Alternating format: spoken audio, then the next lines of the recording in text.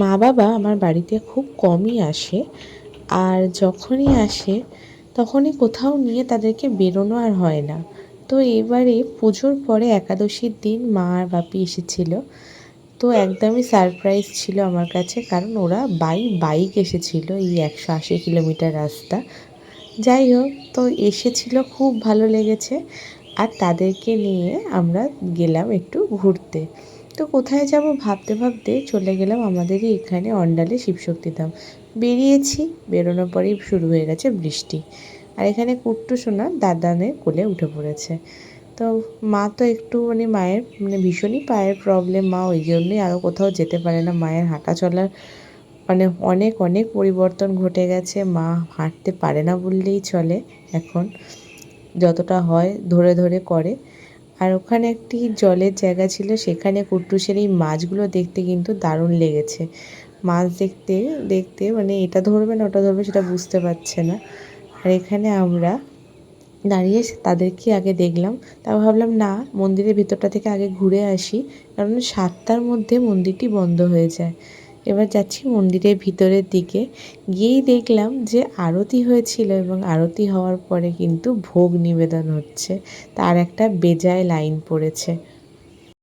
ভোগটি দারুণ হয়, সেদিনকে পায়েস দিচ্ছিল, আর পায়েসের যে স্বাদ ছিল তোমাদের কি বলবো।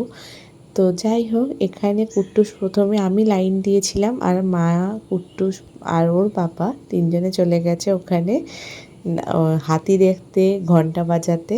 এটা একটা দেখো বিশাল হোমকুণ্ড, তার মধ্যে হোম তো সেই মুহূর্তে হয়ে গেছে। তো আমরা যখন গেলাম এইভাবে ঘুরে ঘুরে হাত জোর করে হাত পেতে প্রসাদ গ্রহণ করলাম, এবং একবার নয় আমি দুবার প্রসাদ নিয়েছিলাম, আমার এতটাই ভালো লেগেছিল। এবার মন্দিরের ওপরে ওঠার পালা। এত সুন্দর স্বচ্ছ পরিষ্কার মন্দির খুব কমই আছে, এবং খুব ভাল লাগছিল ঘুরে ঘুরে। দেখতেই পাচ্ছ কত সুন্দর স্টাইলে বানানো মন্দিরটি। এবার চলো তোমাদেরকে ঠাকুরের দর্শনটা করাই। আগেই বললাম তোমাদেরকে মায়ের পায়ের অবস্থা খুবই খারাপ, সবাই পৌঁছে গেলেও মায়ের বেশ টাইম লাগছে। তো যাই হোক, মাকে আস্তে আস্তে ধরে নিয়ে গেলাম, আর এই হচ্ছে ঠাকুরটা। তো সামনে নন্দীদেব বসে আছেন, এবং ওখানে দেখো আমাদের শিব পার্বতী। এখানে বাবা ওকে নন করাচ্ছে, আর ও শুধু পাচ্ছে, যতবার পাচ্ছে ওর বাবার কাছে পালাচ্ছে। যাই হোক, এখানে এসে কিন্তু কুট্টুসের বেজায় আনন্দ হয়েছিল। যে কার্পেটগুলো গোছানো আছে, ওখানে আরও কিছু বাচ্চা ছিল, তারা এটার ওপর দিয়ে উঠছিল, ওকেও সেটাই করতে হবে। ওর এত আনন্দ হয়েছে যে এখানে থেকে ও বাড়িই আসতে চাইছিল না। বাপিকে তো মোটামুটি আমার পাগলই করে দিয়েছে ওকে ধরে থাকতে থাকতে। দেখতেই পাচ্ছ, ছুটে বসে লাফিয়ে, দিদা বলছে হাত ছেড়ে দে, এ বলছে এটা করে দে, ও সেই ঘুরে ফিরে দাদানকে ছুটিয়ে ছুটিয়ে ওইখানেই নিয়ে যাচ্ছে। যাই হোক, মায়েদের সাথে একটা সন্ধে বেশ আমাদের খুব ভালোই কাটলো। আর বাপি মোটামুটি হাত পা ব্যথা করে ফেলেছিল ওনাকে ধরাতে।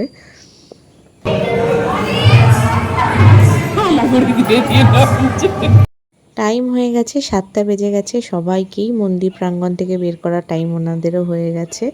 যাই হোক, মাকে আস্তে আস্তে বের করতে হবে, কারণ মা এইটুকু পথ যেতে যেতেই মা একদম হাঁপিয়ে, মায়ের ঘাম ঝরে গেছে। জামাইয়ের হাত ধরেই চললেন শাশুড়ি মা। যাই হোক, এবার ফেরার পাড়া বাড়ির দিকে, আর মা পারছিল না, এখানে এসে লাস্টে বসেই পড়লো।